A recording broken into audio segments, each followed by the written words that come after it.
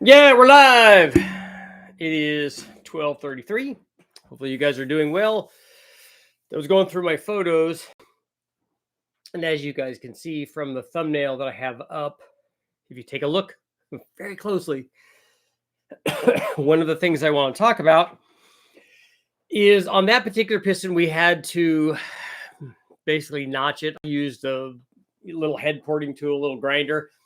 But the thing I want to talk about today, and the reason I had to do this, is because there's a common misconception, and this is always us thinking that things are absolute. Okay, got a flat top piston. That doesn't have a lot of piston to valve clearance because it doesn't have a little, it doesn't have a little valve relief in it. So we know that when the piston is in the right position and the valve is opening up or the valve is closing, depending on whether it's the intake or the exhaust.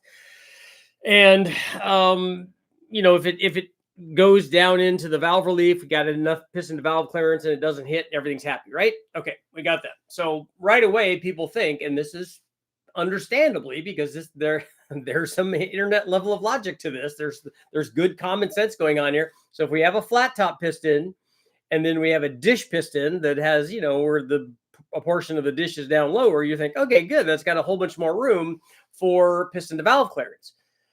But the reality is that doesn't always happen.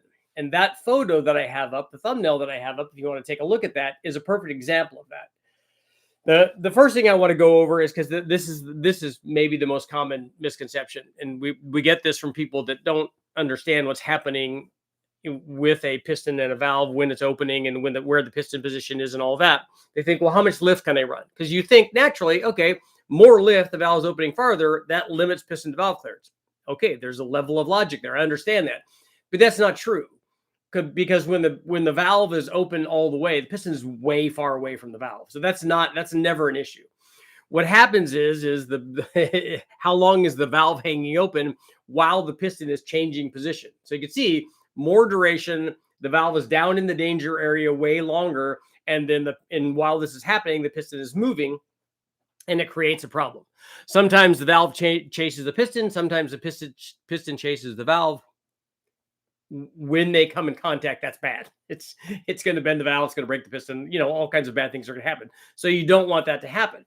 And so you think, okay, well, if I have a dish in the piston, lower compression, dish piston, I have more clearance. And that is definitely the case, but only in the area where the dish is. And there are a couple of reasons why this doesn't help. One is the OEMs, if it's a factory piston, never designed the dish to improve piston to valve clearance. They don't care about that. They put a camshaft in it. There's a mile of piston to valve clearance. That's not their issue. The exception to that are pistons from the factory where they're using VVT. And so they have a relief in there for their factory size valves. And that because they have the valve open, especially if they're doing VVT, where they have a big spread of advancing and retarding this camshaft, and so they have the necessary valve relief. Like the LY6 is a perfect example of that on the LS family. So you have to have valve release to give it that available piston to valve clearance, not necessarily the dish. And this is the problem. Even if you put a dish in there, that one's on a 351 Windsor, the photo that I have up the thumbnail, but the LS is the same way. So we look at a 5.3 or a 6.0, LQ4 versus an LQ9, or a 5.3, an LM7 versus an L33. One of them has a flat top, one of them has a dish. They actually have the same piston to valve clearance. The dish does nothing to help that. The problem is that the reason that it doesn't change is where the valve would hit if it was going to hit. If you take away the available piston to valve clearance and the valve is going to hit, there's still an area on the factory dish piston on the LS, whether it's a 6-liter or a 5.3, there's still an area where the valve is going to hit. Because the way that they did the dish is in the center of the piston, and it still has an area outside that dish that's basically a flat top. So they got a ring of flat top going around the outside of the piston. Well, unfortunately for us, guess where the valve hits? The valve hits there. So it's hitting, in an area that's still flat top. Now it's hitting the edge of that. It's not quite as bad, but it's still bad enough. And you can clearance that. But a lot of times, they want to have the valve position relative to the bore. Sometimes they don't want them close together. Sometimes they want them farther apart. Sometimes they push them out to the outside. And when they do that, the valve relief has to go all the way to the outside edge of the piston. In fact, they go off the piston, basically, where the valve relief, if you cut a valve relief in the piston, it goes off into the ringland. And that's also can be problematic. But for our discussion here, the dish piston, in both the case of the LS stuff and of this 351, can be problematic because the valve hits in an area where there's no dish. So the dish didn't do anything other than change the compression. So you might argue that, like, well, I shouldn't have the dish in there anyways. But for the OEMs, they did this to have the motor run at a specific compression because they were trying to achieve a specific thing. In that case, it was I think it was a 351 truck motor.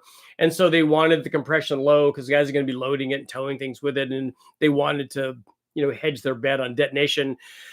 They had achieved their desired power goal at that compression. And so, all of that worked out for what they were trying to do. They didn't care about you wanting more power and wanting more compression and wanting more piston to valve clearance. They didn't care about any of that when they were designing their motor that they were paying for. So that's something to consider. The dish piston doesn't always improve piston to valve clearance. The other thing that can happen, and this is the thing that happened because primarily we were talking about stock heads and stock valve sizes and that kind of stuff. The other thing that happened, and really the reason that we had to do even more cutting on that piston, is because not only were we putting a bigger camshaft in, and that piston was one of the ones that we did for the Big Bang 351. The other reason that we were doing that is because we were putting on a cylinder head that had different valve locations and or bigger valves themselves. So if you have a 178 intake valve, and then you switch to a 202 or a 205 or a 208 intake valve, even if you had the same camshaft in there where the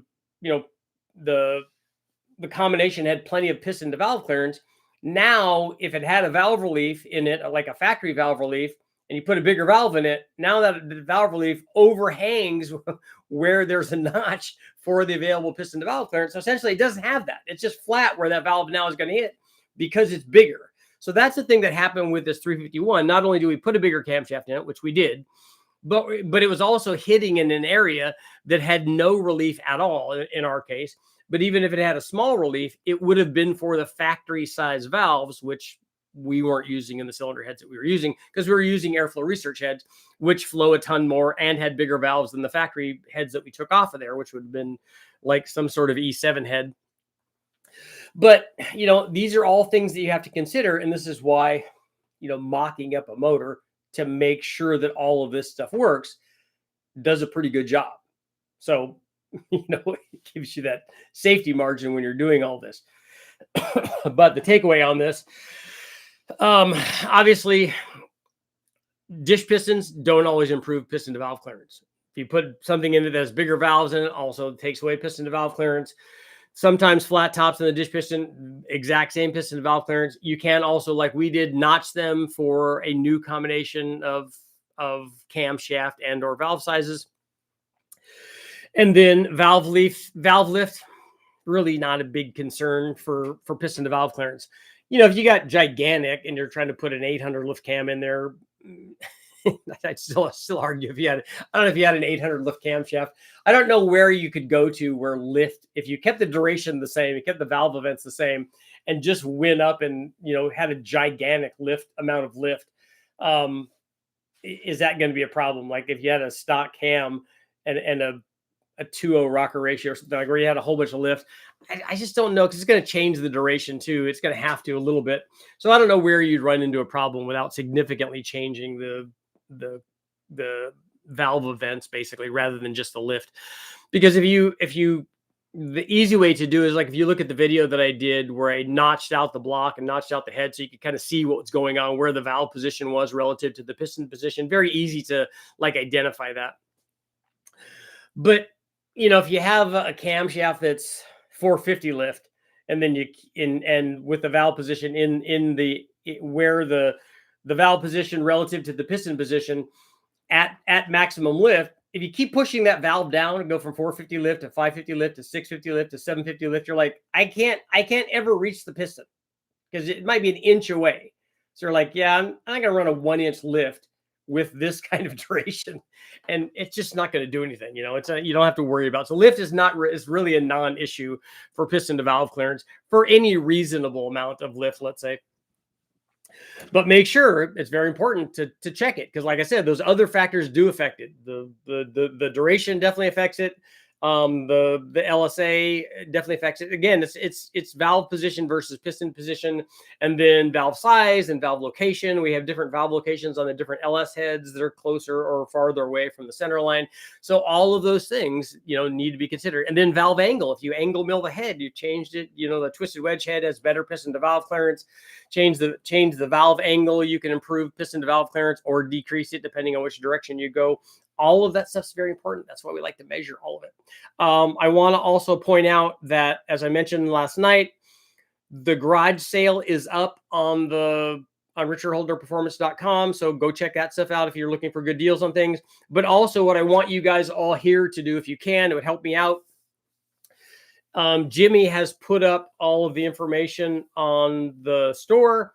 And if you guys could go give us some, 5-star, Google recommendations, that would be awesome, because it helps us grow the store. And I'm sure that, if you have, and I'm not just saying just go say nice things about us, but go give us, do evaluations so that you can talk about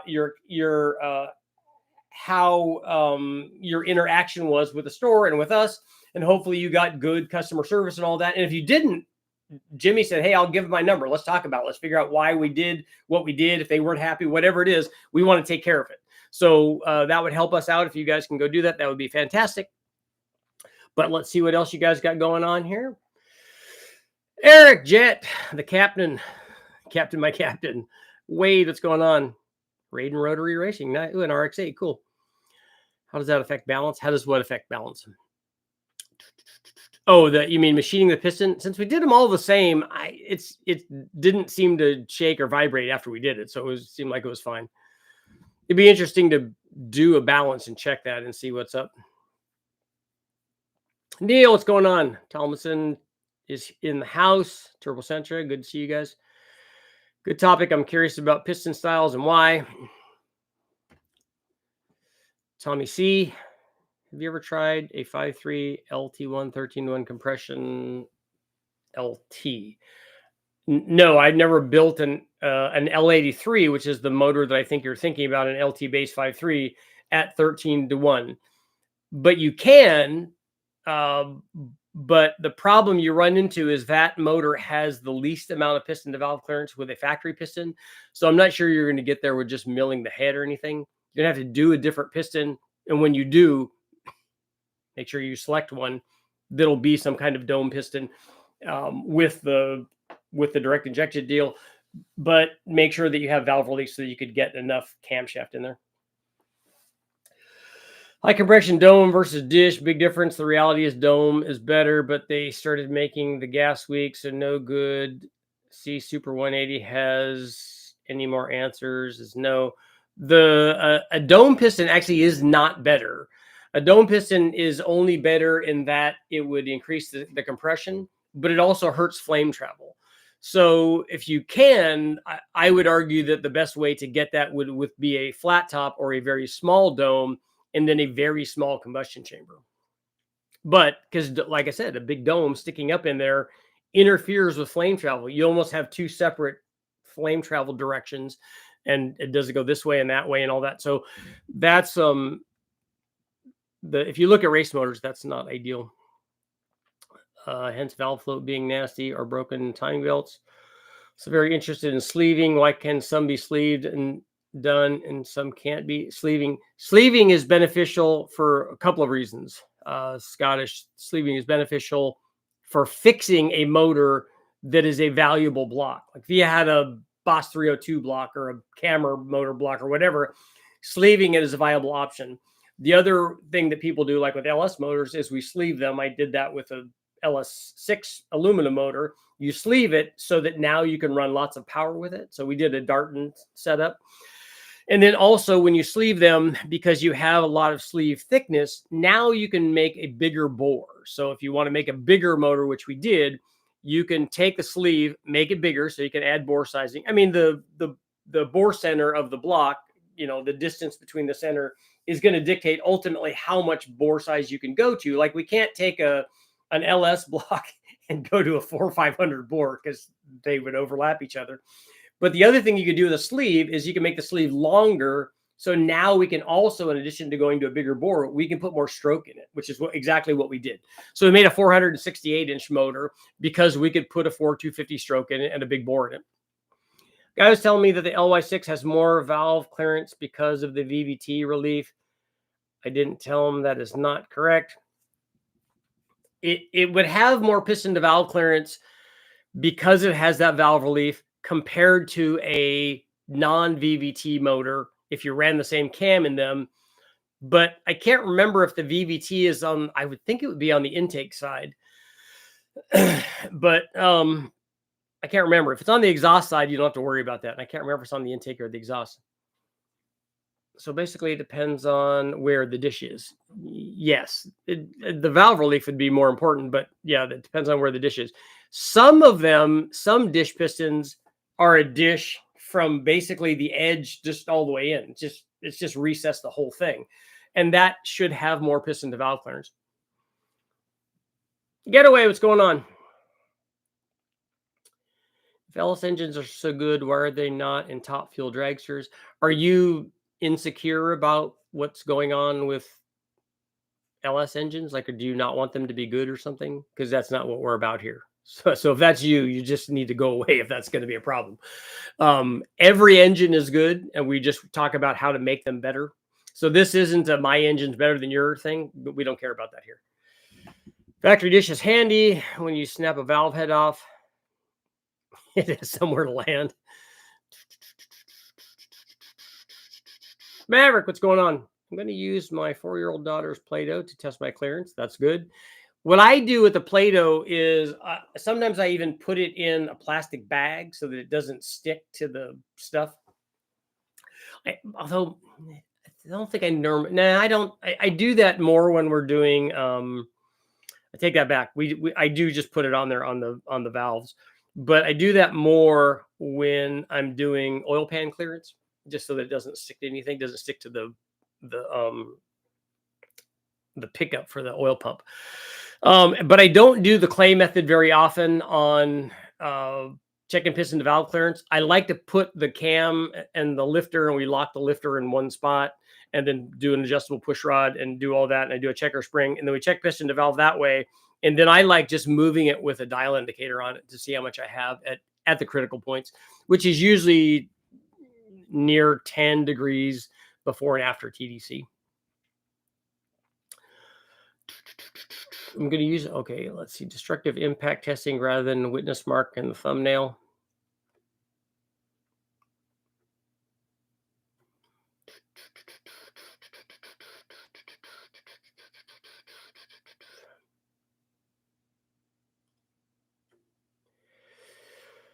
Will a thicker head gasket help achieve a little more piston to valve clearance? Yeah, it just pushes the valve up, basically. So yeah, it does. It definitely improves piston to valve clearance. Glad to hear you say rocker ratio changes duration even a little bit. Yeah, it can be 1 or 2 degrees. It's usually not very much. But unless you're talking about a gigantic change, like if you go from a 1.5 rocker ratio and you want to put a 2.0 rocker ratio on there, it'll change it a little more, but not a bunch. Was looking at a 408 stroker from Summit. Would I still want flat tops for big boost applications at 1200 horsepower, 1500 horsepower? Well, the static compression that you choose would depend on the octane of the fuel. I don't think you need it for that. You don't need it for that power level. I mean, we ran stock compression on the 1500 horsepower 6-liter that we did. So you don't have to have 10-to-1 or 11-to-1 or 12-to-1 to make that happen. How does the gear ratio affect torque converter stall? I don't really think it will. Just received my LS7 lifters. It only took 4 days to get all the way to Canada. Jay, yeah, if you could go on and put some, positive survey feedback, that would be awesome. I'm glad you guys got it, and I'm glad that we're shipping to Canada and other places in the world now too. We are international. Now I got a goofy, if piston to valve clearance is important, then more space between the head and the block would help. A tall deck and a shorter rod, really low compression, most likely.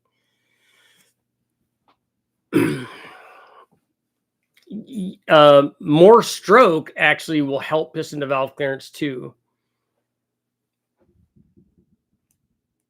And how far the deck height, how far the piston is down in the hole, obviously helps piston to valve clearance if it's more. Best way to get a broken header bolt out, O2 F body. An O2 is that's an LS, right? We usually have to take the headers out, and then if you can grab onto it, if I don't know how much of it is sticking out, a lot of times we have to weld a nut on there and then heat it up, and then we can back it out.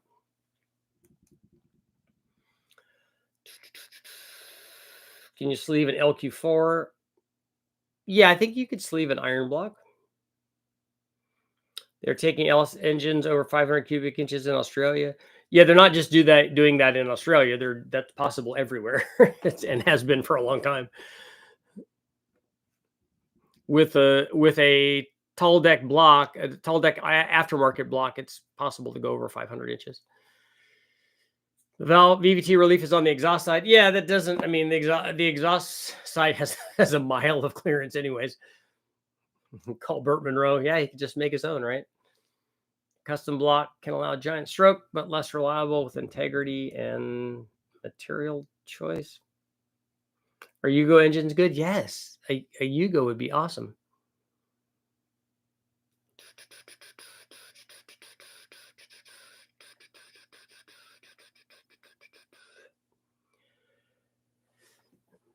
Yeah, no, we're not doing engine shaming here.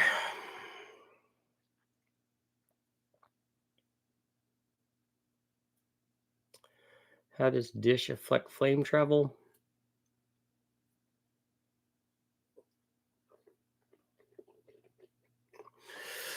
Well, if it affects compression ratio, it'll affect flame travel, and a dish sometimes can do weird things to swirl inducement and stuff that's going on. The pressure definitely going to affect flame travel. The cylinder pressure is going to, and then what the air is doing in there can affect flame travel too.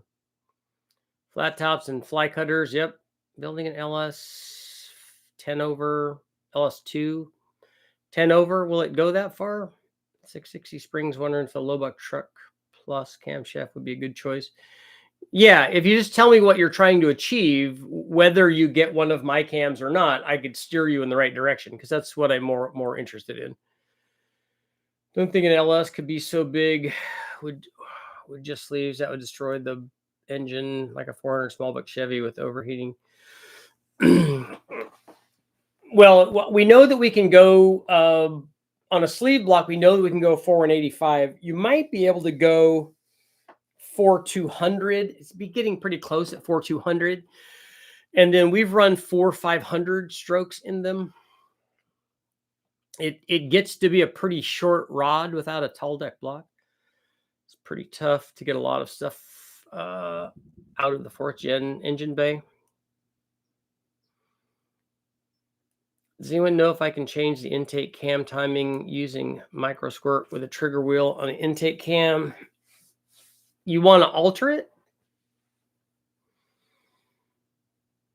Have you ever heard of canting when building race engines? Are you talking about canting the valve? It's the best thing to do a stock Hellcat. Just raise the boost and put E85 in it. School of Automotive Machines is built in 500-inch LS with an LS2 block back in 2009. ERL did the block prep. Yeah, I'm not saying you can't put that together, because it, like I said, it just takes enough bore and enough stroke. But on a standard deck block, it's going to have a fairly short rod.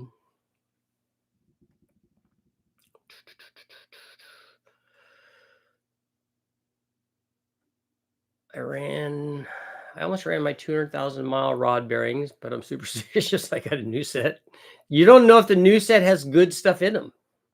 The old set, those work. Richard, you may want to put a cam retaining plate on the store so you have a one-stop shop. Okay. Are guys changing those? I've never, well, I can't say never. I have changed one cam retaining plate when I've done these, but normally don't, as long as the seal is still good. Richard Holder, International Man of Mystery. We are international. I hate grass. Did you have a question? All I know is you are so right that the dish piston and the slightly lower compression would not be noticeable with a 408 versus a 360 flat top having 9.5 to 10-1. Yeah, you get a much bigger gain from the change in displacement than you do from that change in compression. Port the blower, tune the ECU, maybe swap injectors. I'm not a giant Mopar guy. I think if you don't have wiggle room in what the stock injector is before you go to E85, you'll have to put bigger injectors in there. The reason I asked the torque converter question is my friend has the same engine transmission with a stock converter, but his gear is 410 and it won't set at a stop. I can idle in gear and not move.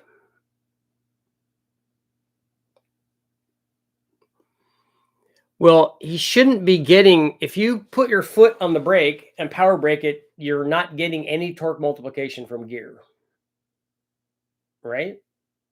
Because you're not rotating the drive. All you're doing is spinning the converter.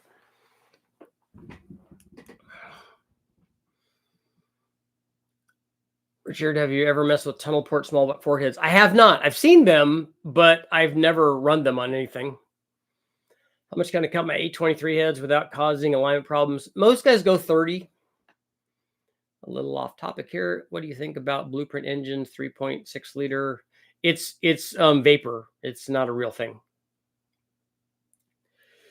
It's not actually a motor that they ran, although they did cast the block. Hellcat Red Eye camshaft specs to be used on a 383 Mopar. What are you asking? Are you asking if you can have a custom camshaft done with those specs? I don't think you would want to do that because I don't think that that's the best choice for that. But if you tell me what what kind of power you want and what the other specs are on a 383, then we can steer you in the right direction. International, we get Richard. In Wales, and we haven't got internet yet. Are you still dial-up? I want to advance the intake cam. You want to advance it 10 degrees? Why do you want to do that? That seems like a big change. I replaced more than most people out of maintenance habit. It just looks like the gaskets on my high mileage cam plate looks rough. I definitely overheated the motor, so it might just be... No, if it looks bad, that's fine. I have had one that was damaged. I had one where the O-ring that's imprinted inside there or fixed inside there. I've had them that are flat and probably don't seal as well as they could, although it is a fairly machine flat plate. So if it is leaking, I don't know how much it's leaking, but that one was damaged and was leaking a lot. And so it was not cool. The oil pressure is definitely low.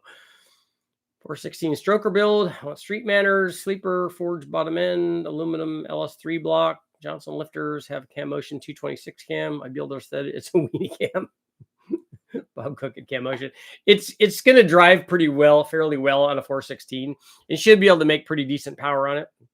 Take a look at I have a 408 video that we did where I ran a bunch of different cams in the 408. So look at the 224 cam to kind of get an idea on where that's going to be. The 224 cam in that 408. I don't see what heads you have on there, but do I not have any? No, those are all gone now.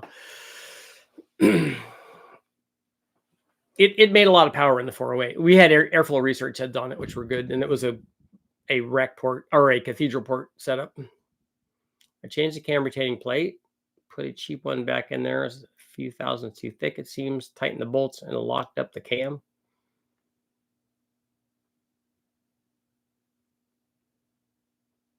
I don't know how it would lock up the cam because it's flush up against the block, and so the cam should still move. There should be nothing pushing the cam in because even if it's thick, it's going to be thick in the other direction.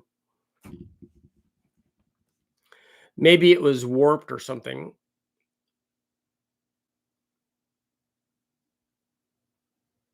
Maybe he has something wrong with his. It will spin the tire at idle, at a stop.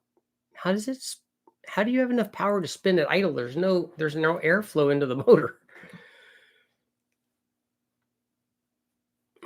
The OEM intake cam would go 10 degrees advanced after 3,000 RPM and 15 at on your. Is it? It's a factory VVT one.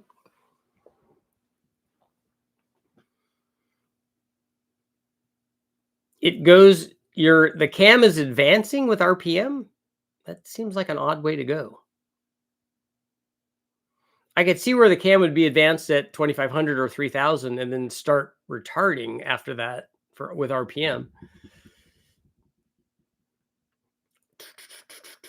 Standard bore, forged bottom end, torque storm supercharger, 906 heads, iron heads. Is it a pertinent? Let's see.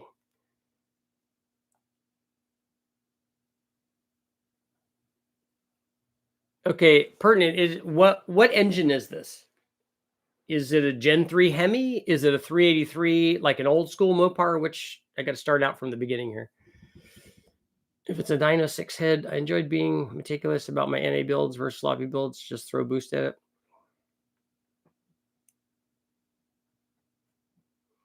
It was 3.5 years ago, but there was something off. Changed something else. Guess my point was to be careful of cheap parts. Granddaddy, I have a complete off-topic question. Looking at cheap, I'm sure that's probably cams. Should I trust the quality and durability of those Chinese cams and Amazon sloppy cams, or should I just get a Texas Speed one? I don't know about the Amazon stuff. There are a lot of bad ones out there that are not what they say that they are. Texas Speed has good cams. You could get one of my cams. Brian Tooley has good cams. There are lots of good cams out there.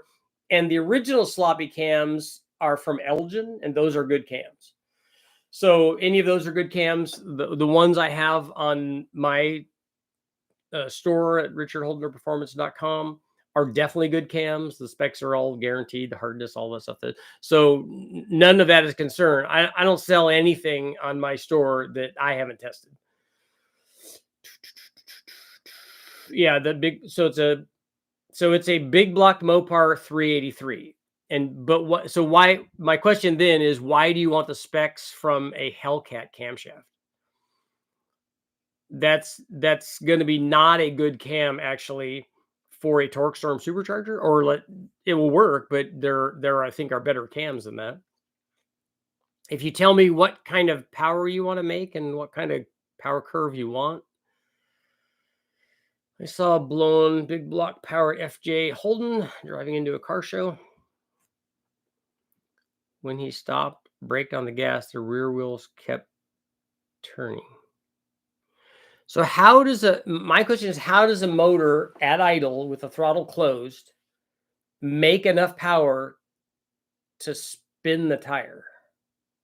I don't know how that's a possible thing. I'll definitely check out your website. I'm so worried about cam hardness and durability. Yeah, my lobes have actually also been Spintron tested. The hardness has been checked, the depth, all of that. So you don't have to worry about any of that. There's hundreds and hundreds and hundreds of those cams out running around. Is 700 lift possible on a hydraulic roller LS setup? Yes. Yeah, the hydraulic roller portion of it doesn't care that doesn't care about the lift.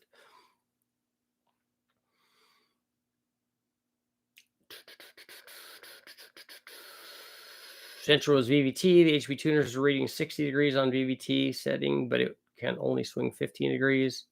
It's stepped from -5 at idle to 5. So are you sure that what you're talking about is going advanced?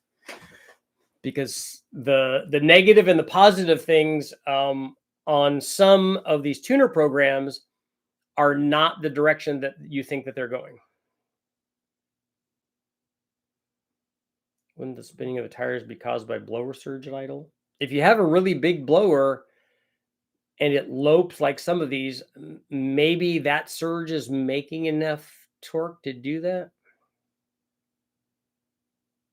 roughly the same displacement, stock rev range. If you like what that cam does, then you can try to duplicate it. That's a very mild cam, and it's designed for, you know, idle vacuum and fuel mileage and emissions and longevity and all these things. And so if you want to do a custom cam duplicating factory cam specs, you can do that. You're going to spend some money on doing that. I think you can do a lot better in terms of performance and still have all of that stuff. Mistune, throttle open, idle at 2000 RPM. Yeah, if it's surging from 800 RPM to 2000 or whatever, I mean, I guess that's possible. I don't know. Looking at the stuff that we do on the chassis dyno, the engine dyno on the street and everywhere else, I just don't know. When somebody says, yeah, it spins the tires at idle, I'm like, yeah, I don't know how that's possible. It's like it's making boost at idle too. The same kind of thing. He's running 185, 65, 415s. I have a 2.2 rear and he has 410s. Maybe it's idling high. Yeah, I don't know. I don't really understand that. That's beyond my ability to comprehend.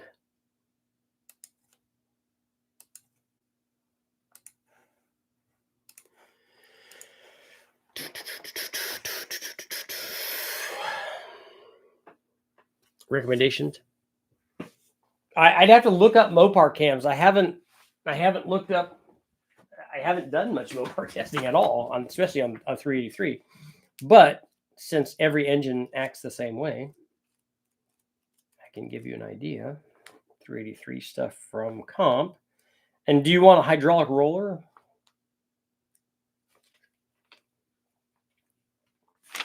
I don't even know if they have any hydraulic roller stuff for Mopars, do they? They got solid rollers.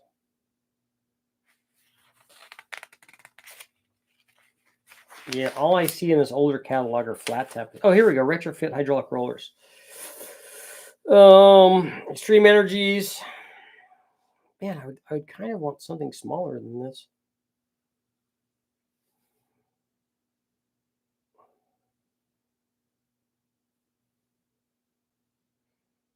The smallest one they have that I see in their catalog is a 224 230.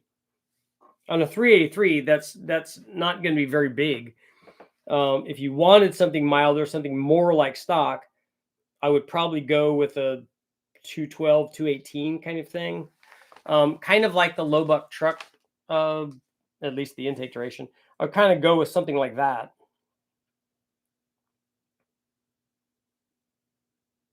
But you'd make more power than that factory camshaft. And the other thing that's going to happen is you're going to want a camshaft that makes more low and mid-range power than that factory cam does. That I need to. I may be speaking out of turn. I'm just basing it off of the LS factory cams for the blower stuff. They have really wide LSAs and they're pretty soft down low and in the middle. They come on pretty decent at the top, but they don't make any low speed power. And since you have a centrifugal blower and not a positive displacement blower like those Hellcats have, you're not going to have the boost down low. So you're going to want to add power in with the camshaft down low and in the middle. My truck idles at 700, makes 2 psi, 1,000 in neutral. It's a Duramax at turbo diesels. Because your Duramax is at wide open throttle. Richard, when looking at the flow rate of a sounder head, is it best to look at 0.4 or 5 inches of lift? I don't know what a sounder head is. What would be the size of Whipple supercharger it would be okay to use on a 77 7.40 using a stock L? What Dustin, what kind of power output are you trying to make? Jarvis Dustan, is that what it is? How much power will twin T3 58 millimeter turbos make on a 5.3, 243 and 225 cams? I don't know about those cams. We've made 1,000 horsepower with 57 millimeter cams, but I don't know about which specific ones you're talking about.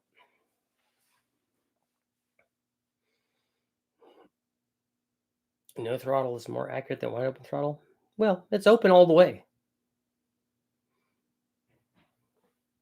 It's unrestricted. You want to make 500 horsepower? So you don't need a very big whip wall. Anything 3 liter, you could get something even smaller than that would be fine. Would easily make that.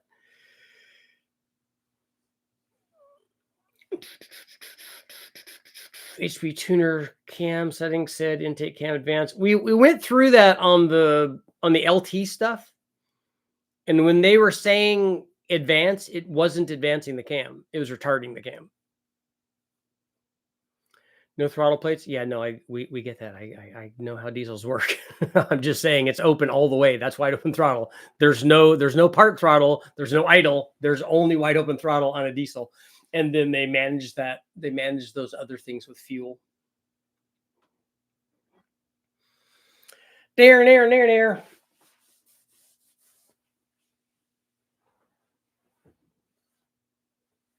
I'm still working on all the data with Brian Tooley to try to get him on as an interview, because we want to get that cylinder pressure stuff, the data together. So it should be good.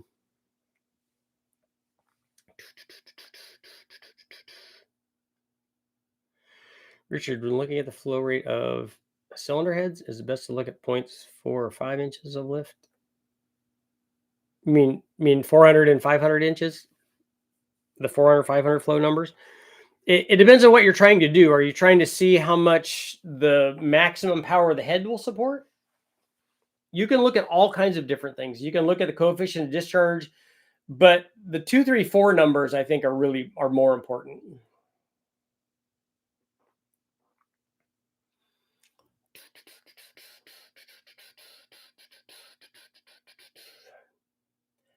A 2002 6-liter out of a Denali, possibly putting in a Fox Mustang. What cam would you recommend to still be good drivability, but maybe around 450 horsepower? My Lobach truck camshaft will make more than that on a 6-liter and still be a good driver, especially on a 6-liter. So I'll tell you what we did. I don't know why I don't have that dyno data up. That's weird that we deleted all that, but we can get back to it without any problem.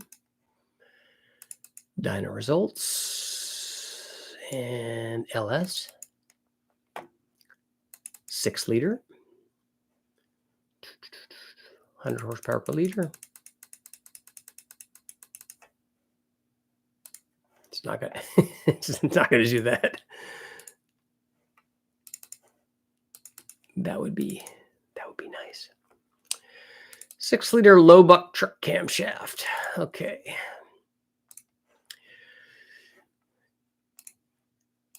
On this 6-liter, this is with a Recport head. We went from 430 to 492. Now the Recport motor has good heads on it, so it's going to make more power than a Cathedral Port deal does. But you gained about 60 or 60 plus horsepower with that camshaft.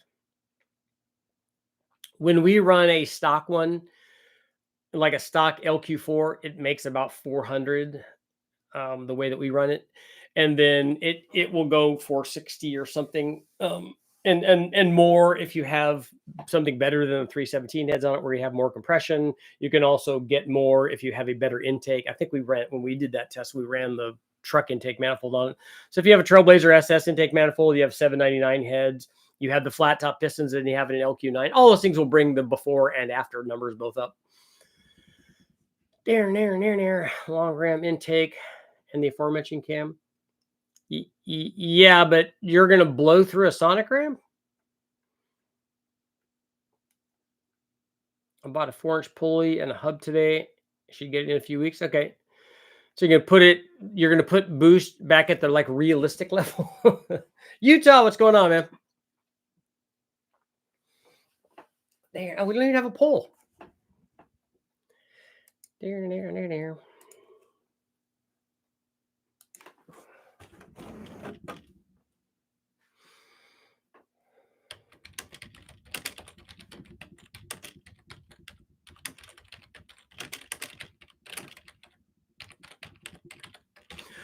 Do dish pistons help piston to valve clearance?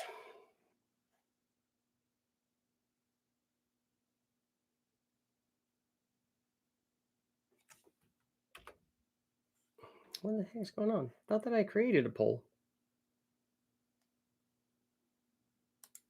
What's going on here?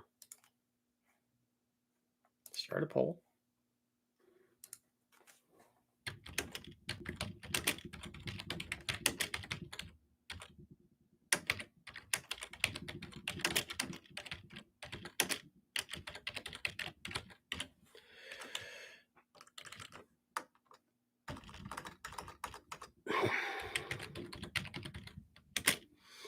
Do dish pistons increase piston to valve clearance? And then we need a question mark there. Start a poll. Boom. And we're on our way. We're off and running. Just like 15 minutes left. That's all right. It's all good.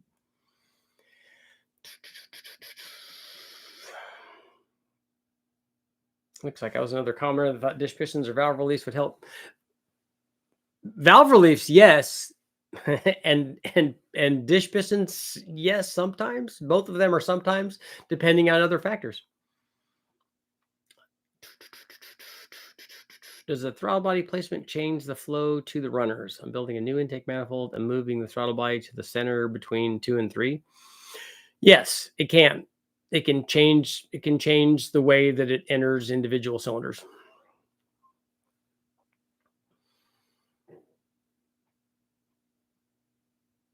But are you discharging from the supercharger into that? Or is the throttle body before the blower? How is that thing set up again? Ben, what's going on?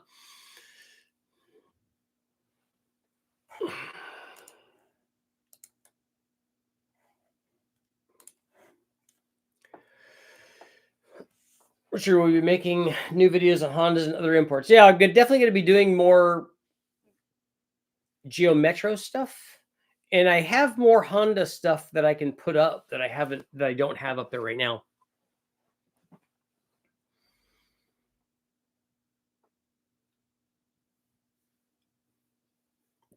And I got to finish the Big Bang K24 also.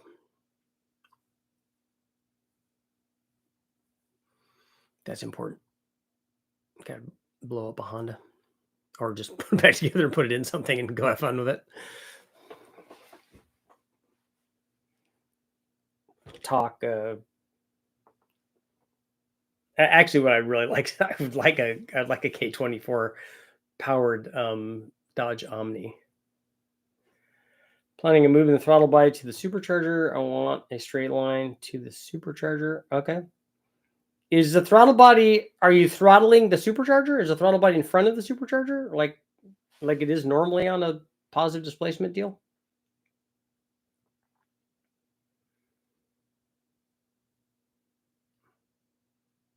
Is there a depends option? Exactly, Neil.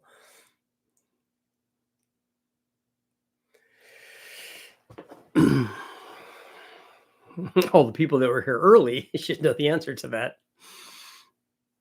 But and I like doing these polls later on after I've had my discussion, because then we get a lot more people that come between that time and that time, and it helps show what the general consensus is and why I had this discussion in the first place and how helpful it can be. Not right now, it's in the intake. So you're blowing into the throttle body, right? Yeah, I think throttling the compressor is a better way to go, as long as you have a bypass valve.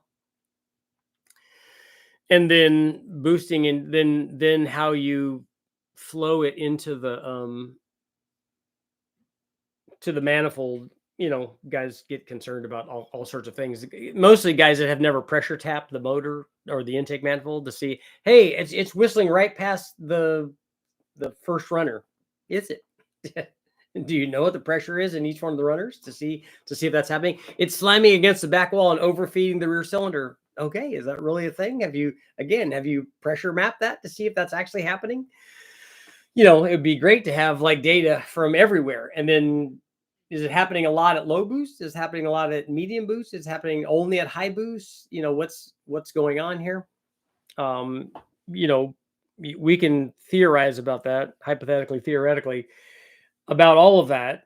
But it's better to actually have the data and go, oh, look, this one has, I don't know, 5 pounds more boost on that one. It's never going to be anything like that. But does it have, a 1/10 of a pound more? Does it have 2/10, a half a pound? What is the differential there that we're actually talking about?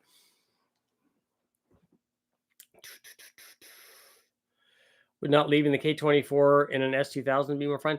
Well, it never came in an S2000, so we'd have to swap it in there if we were doing that. It would have been an F series in the 2000 because all the K24 stuff was all front wheel drive. But that's why I wanted in an Omni, because then it's a front wheel drive and a 6-speed, which would be very cool. Richard, would you rather have a 7.2 or 7.3 Godzilla or a force induction 302 and a 4.6 Mustang for the street strip? I don't know. What am I supposedly doing with this? I think that the 7.3 Godzilla, if I had it and it was in there, it just wouldn't be NA for very long because you're going to put something that big in there. It seems like you're just doing straight line stuff anyways. Am I doing it as a drag race thing? Am I doing it because it's neat and new? Like, it'd be way more other guys for a Godzilla to be in there than a 302. I can make 4Runners directly to the supercharger, be around 15 inches long. Okay. That would be helpful. You'd gain more power by having runner length. Dennis, what's going on? Runner length is your friend.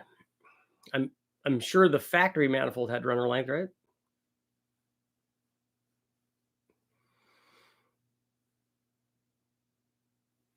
What's your opinion on 2-port steam versus 4-port for boosted 5.3s?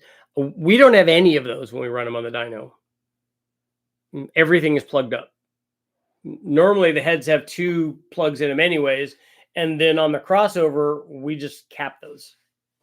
So we don't run any of those on the dyno. We're also running very cold water. But what we do is on the front ones, when we're filling the block and the motor with water, we just like burp that out to make sure that we don't have any air pockets in there, and then we just cap it. I think it's a good idea to get all of the air bubbles out of there. So however you achieve that, The factory obviously didn't think that was necessary, but then they weren't running boost on there either. Neil, that's all good, man. What are you doing? Hello, here, Brady. Hello, sweetie. Hello. Great. How are you doing, huh? How are you doing? Factory was 16 inches or up to 7,000. Will that matter? Where was the thing making peak power before was 16 inches? Like 5,800 or something? You can shorten it, and you don't on yours, because you have a positive displacement blower you have a positive displacement blower that's giving you all the low speed power that you want, that you can contend with anyways. It's probably not going to be a problem. So shortening it up is not a terrible thing in your combination, especially if you want to go to 7,000. Just make them the runner length that allows that thing to run at 7,000. Just make them 2 inches like all the other blower manifolds. Don't probably want to do that.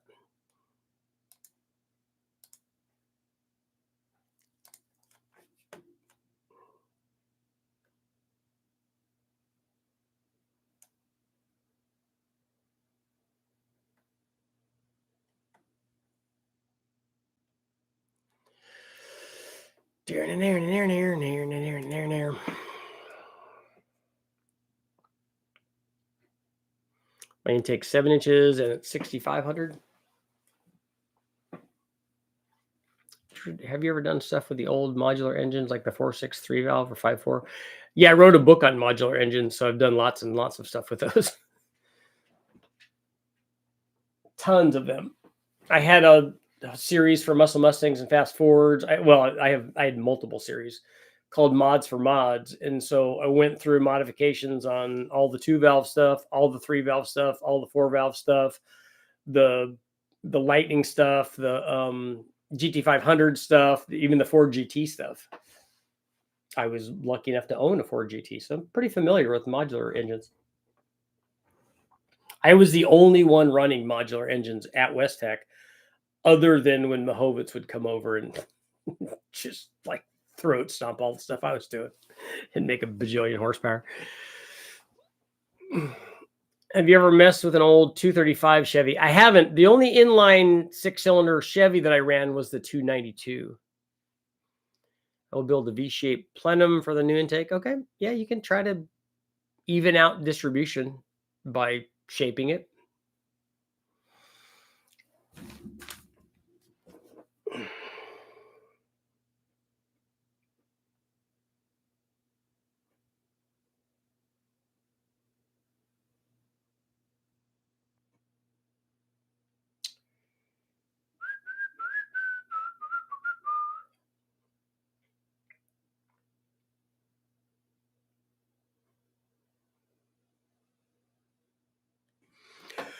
There. Got a couple more minutes. How's our poll doing? Do dish pistons increase piston to valve clearance? 57% are saying no. It really depends. Yeah, if you TurboCentric, do a little bit of a deep dive on the internet and go look at old, particularly the BMW one, which was a 4-cylinder. Look at the old turbo, Formula One intake manifolds. They were pretty big at trying to get distribution properly on those because they're running a lot of boost on that stuff. And then there's a lot of them that will try to try to centrally feed it from below or the top or the bottom or whatever, and put fancy junctions and things like that in there.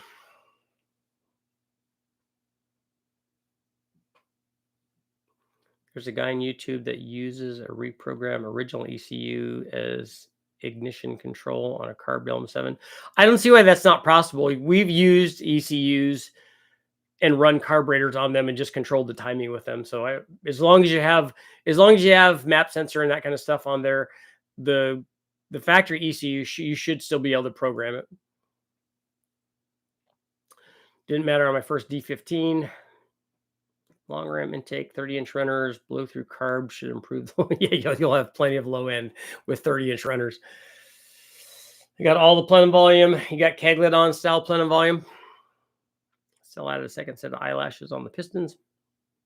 Yeah, I've done the piston notching tool, like the ISCI had them for a lot of the American motors, because as long as you have the right shaft diameter and then you do the right head diameter for whatever kind of, if it's a small block head or a big block head, or in my case, I did big block Ford stuff because we were testing stock Ford heads, the big block heads, versus the aluminum Cobra Jet heads that Kazi had done at the time for the guys at Ford Racing, and then the Super Cobra Jet heads, and then all of them needed different valve reliefs because we were running pretty big camshafts, and we had a crate motor that we were doing. I think it was a 514, and so we just went in and gave it enough piston to valve clearance. You're right, Neil. Yeah, Formula One in that era was crazy. It's really cool that the stuff that they were doing. Let's see here. I have 16cc dish pistons and 64cc heads and a quench pad on my 421. Can I go smaller than 230 at 50 on a 113? How much horsepower would you guess? Can you go smaller than that? You should have no problem going to a smaller cam, right? In terms of piston to valve clearance. Usually that increases piston to valve clearance. Scott, what's going on?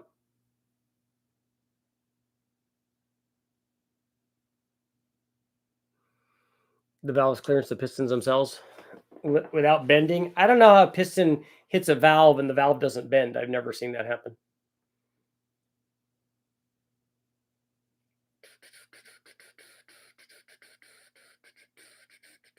Or the dish with valve release. No, Scott, we went over a whole discussion about why a lot of times dish pistons don't change piston to valve clearance, because the valve's not hitting in the dish. And that was on a small block Ford and on an LS. They're all the same. Same old. Update to your team schedule, yo.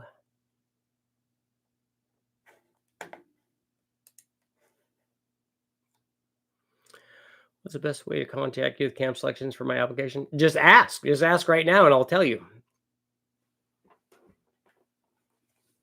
This is a good place because you can get more than just my opinion about that. I voted no, but in some cases it could help. Yeah, dishes. If the valve goes into the dish, then it's better than having a flat top. But a lot of times it doesn't do that.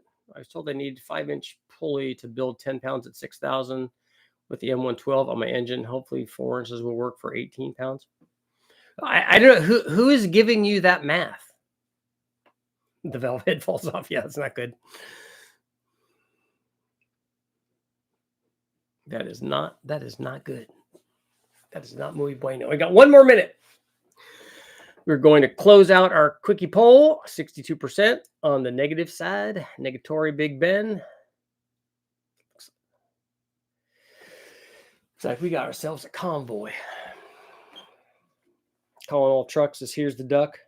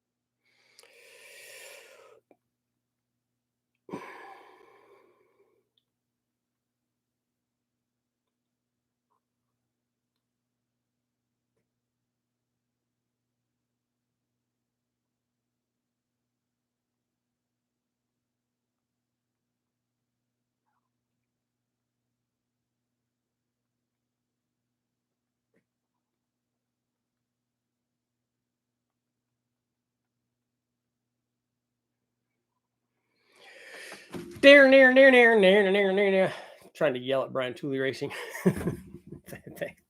Thank those guys for helping support everything. Yep, we got a mighty convoy. Ain't she a beautiful sight? Turbo Centra, I'm curious to see what happens when you do the pulley change. I want to see the change in boost. But on that positive note, I will see you guys all later.